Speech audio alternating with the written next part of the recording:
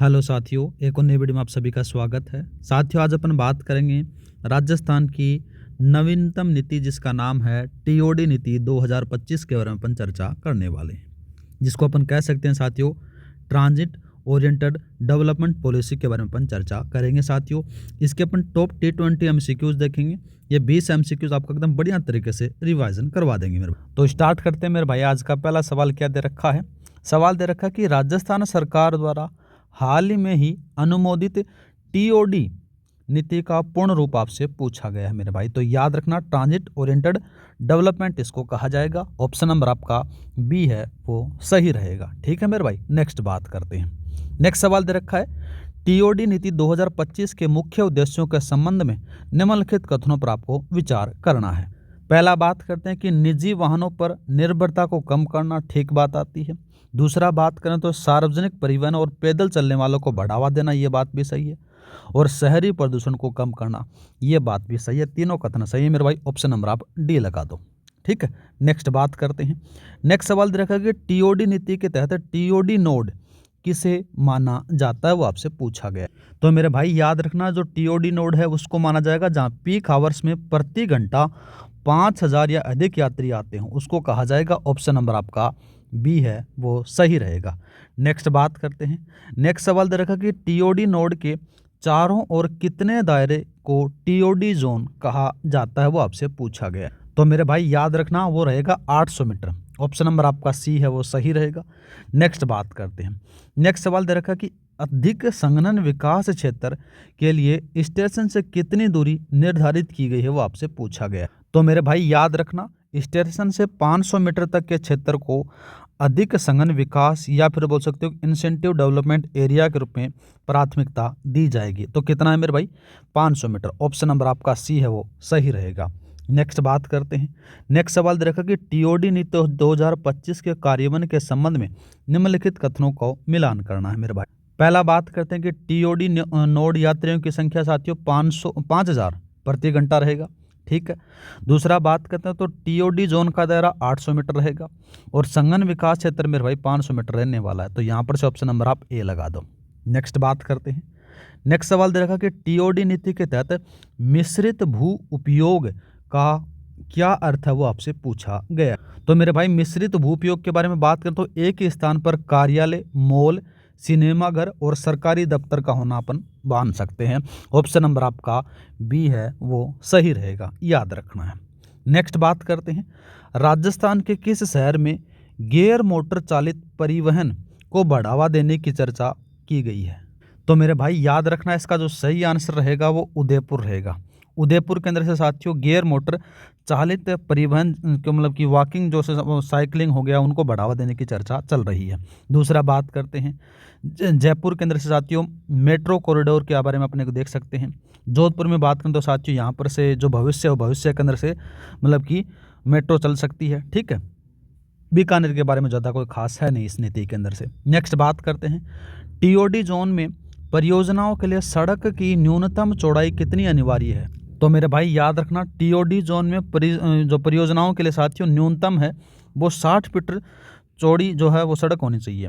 तो यहाँ पर से ऑप्शन नंबर आपका बी है वो सही रहेगा। नेक्स्ट बात करते हैं। नेक्स्ट सवाल दे रखा कि टीओडी नीति के तहत बड़े प्रोजेक्ट के लिए कौन सा नियम सही है, वो आपसे पूछा गया है। पहला बात करते हैं कि प्रोजेक्ट का आकार 1 हेक्टेयर से बड़ा होना चाहिए। ठीक है भाई। दूसरा बात करते हैं तो कम से कम 25% क्षेत्र है वो संघन विकास क्षेत्र का होना आवश्यक है, ये बात भी सही है। दोनों कथन सही है। ऑप्शन नंबर आप सी लगा दो। नेक्स्ट बात करते हैं मेरे भाई। नेक्स्ट सवाल दे रखा कि जयपुर मेट्रो लाइन से वर्तमान में कितने टीओडी कॉरिडोर जोड़े गए हैं, वो आपसे पूछा गया है। इंपॉर्टेंट है, याद रखना है मेरे भाई। ठीक है। तो मेरे भाई इनके अंदर से बात करें तो कॉरिडोरों की संख्या 5 आपको देखने को मिलेगी। ठीक है। नेक्स्ट बात करते हैं। नेक्स्ट सवाल दे रखा कि निम्नलिखित में से कौन सा मार्ग जयपुर के 5 टीओडी कॉरिडोर में शामिल है, वो आपसे पूछा गया। पहला बात करते हैं तो वीर तेजा सर्किल से टीएन मिश्रा मार्ग। ठीक है। दूसरा बात करें तो टीएन मिश्रा मार्ग से साथियों भरत आश्रम मार्ग, ये बात भी सही है। दूसरा बात करें भरत आश्रम मार्ग से जनपद मार्ग, ये बात भी सही है। जनपद मार्ग से साथियों कौन सा आ जाता है यहाँ पर? ईएसआई मार्ग, ये आ जाता है। तो चारों कथन सही है मेरे भाई। ऑप्शन नंबर आप डी लगा दो। नेक्स्ट बात करते हैं। नेक्स्ट सवाल दे रखा कि टीओडी नीति से पहले राजस्थान में यातायात प्रबंधन के लिए कौन सा मॉडल लाया गया था जो सफल नहीं रहा, वो आपसे पूछा गया है। तो मेरे भाई उससे पहले लाया था BRTC, यह लाया गया था। तो यहाँ पर से ऑप्शन नंबर बी है वो सही रहेगा, जिसमें से साथियों मॉडल सफल नहीं रहा था। आगे बात करते हैं। नेक्स्ट सवाल दे रखा कि TOD नीति के कार्यान्वयन का प्राथमिक भौगोलिक क्षेत्र कौन सा है, वो आपसे पूछा गया है। तो मेरे भाई याद रखना, जो TOD नीति का मुख्य उद्देश्य है वो शहरीकरण के चैलेंजेस और ट्रैफिक मैनेजमेंट को निपटाना है, याद रखना है। तो इसका जो सारा का सारा संबंध आपको देखने को मिलेगा वो शहरी क्षेत्र से आएगा। ऑप्शन नंबर आप बी लगा दो। नेक्स्ट बात करते हैं। नेक्स्ट सवाल रखा कि TOD नीति 2025 के बारे में निम्नलिखित कथनों में से कौन सा सत्य है, वो आपसे पूछा गया है। पहला बात करते हैं, यह नीति केवल जयपुर के लिए लागू है। नहीं भाई, ये पूरे राजस्थान के लिए लागू है, याद रखना। क्या है? पूरे राजस्थान के लिए, ठीक है, पूरे राजस्थान के लिए है, न कि अकेले जयपुर के लिए। दूसरा बात करें, इसमें बड़ी इमारतों और मिश्रित भूपयोग को प्रोत्साहन दिया गया, बात सही है। दूसरा बात करते हैं, टोंक रोड जंक्शन मार्ग भी एक TOD कॉरिडोर है, यह बात भी सही है। दूसरा और तीसरा सही है मेरे भाई, ऑप्शन नंबर आप बी लगा दो, ठीक है।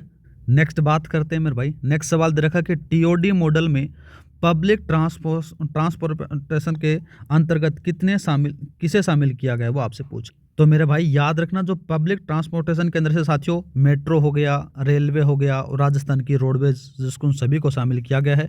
ऑप्शन नंबर आपका सी है वो सही रहेगा। नेक्स्ट बात करते हैं। नेक्स्ट सवाल देखा कि जोधपुर शहर के संबंध में स्रोतों में क्या उल्लेख किया गया, वो आपसे पूछा गया है।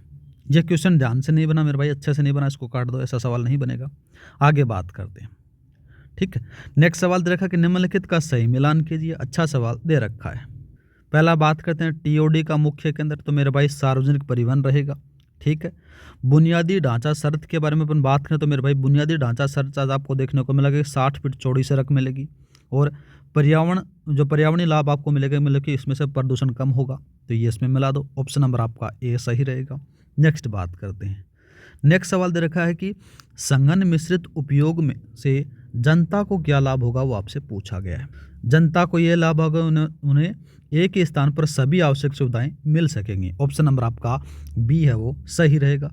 अब बात करते हैं आज का लास्ट सवाल दे रखा कि TOD नीति 2025 के संबंध में कौन सा कथन गलत है, वो आपसे पूछा गया है मेरे। पहला बात करते हैं, तो यह शहरीकरण की चुनौतियों से निपटने के लिए ठीक बात है। दूसरा बात करें, इसमें पैदल चलने वालों को प्राथमिकता दी जाती है, बात भी सही है। दूसरा बात करें मेरे भाई, ESI मार्ग TOD कॉरिडोर का हिस्सा नहीं है, ये बात गलत है मेरे भाई कि हिस्सा उसका है।